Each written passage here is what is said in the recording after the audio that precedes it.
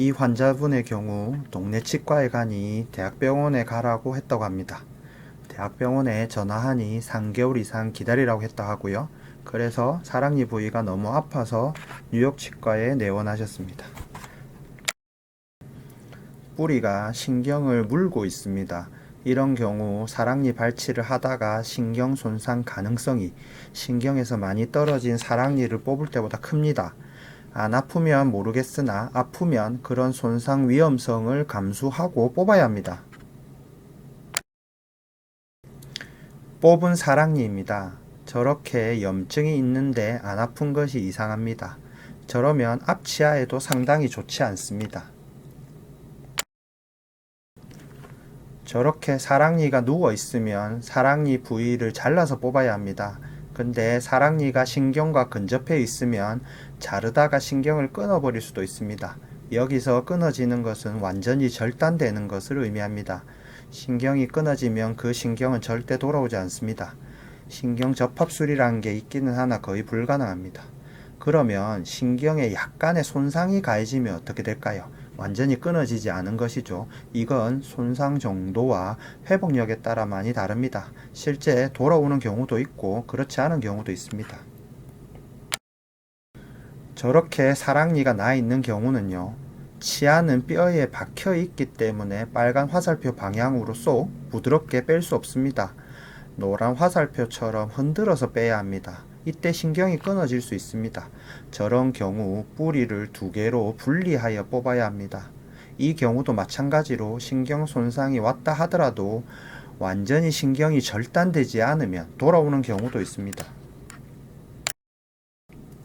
임플란트를 식립하려면 뼈에 구멍을 뚫어야 합니다. 그때 저 신경을 끊어먹는 경우가 있습니다.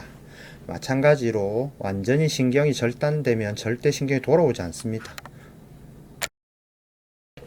마취를 하다가 가끔 신경 손상이 오는 경우도 있습니다. 근데 저 확률은 거의 희박합니다.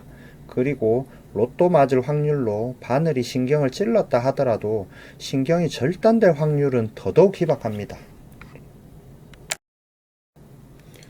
해부학 시간에 신경을 흔들어 보고 잡아보고 하는데 고래 힘줄 같습니다. 고무줄인데 아주 센 고무줄이죠.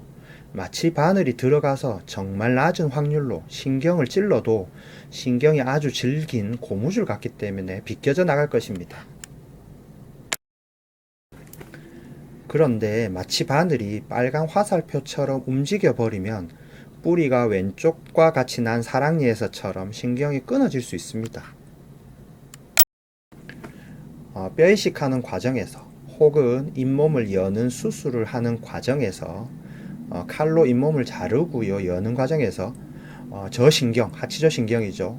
칼로 끊어버리면 절대 신경 손상이 돌아오지 않습니다. 그런데 날카롭지 않은 기구로 저신경을 건드린 경우 대부분 신경이 돌아옵니다. 처음에 보셨던 그 환자분인데요. 파노라마 상으로 뿌리와 신경이 물고 있어 뽑으면 100% 신경 손상이 올 것 같지만 CT를 찍어보면 조금 떨어져 있습니다. 실제 저 치아를 뽑을 때 뿌리 때문에 신경 손상이 올 경우는 거의 없습니다. 그러면 어떤 이유로 신경 손상이 올까요? 이거는 치과용 기구가 신경을 직접 건드리지 않았다는 가정입니다. 일반적으로 사랑니를 뽑을 땐 통증이 있고 염증이 많은 경우가 대부분입니다. 이런 경우 사랑니 부위가 많이 붓습니다. 부으면 그 붓기가 신경을 누르는 경우가 있습니다. 붓기가 빠져도 신경은 손상, 눌러짐을 받는 상황이죠. 신경에 멍이 든다고 생각하면 됩니다. 이런 경우 대부분 시간이 지나면 돌아옵니다. 이르면 몇 주, 보통 몇 달, 뉴욕 치과에서 제일 많이 걸린 경우는 3년 만에 돌아온 경우도 있습니다. 정리해보면 신경이 완전히 절단되면 절대 돌아오지 않습니다. 이건 대학병원급에서 치료를 요합니다. 신경이 어느 정도 손상을 받으면 돌아오는 경우도 있고 돌아오지 않는 경우도 있습니다. 신경에 가벼운 멍이 든 경우 대부분 신경이 돌아옵니다. 하지만 돌아오는 신경은 사람마다 또 멍의 정도에 따라 다릅니다.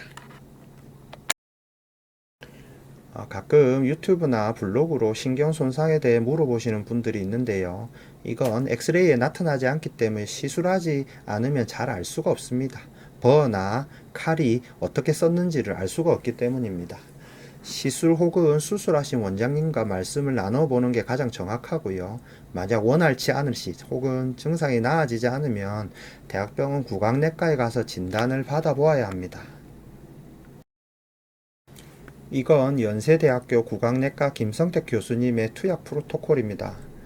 손상 초기는 1일에서 10일간 스테로이드를 씁니다. 이걸 쓰는 이유는 염증 반응을 적게 해서요, 좀 덜 붓는 효과입니다. 앞에서 말씀드렸던 걸 생각해 보시면 알 수 있습니다. 10일에서 3개월간은 유론틴을 씁니다. 여기 유론틴의 효능 효과의 2번을 보시면 신경병증성 통증이라고 나와 있습니다. 그리고 이게 효과가 없으면 사만성 항우울제로 변경을 합니다. 3개월 이상 효과 없으면 대학병원으로 리퍼가 됩니다. 이건 다른 환자분의 사진인데요.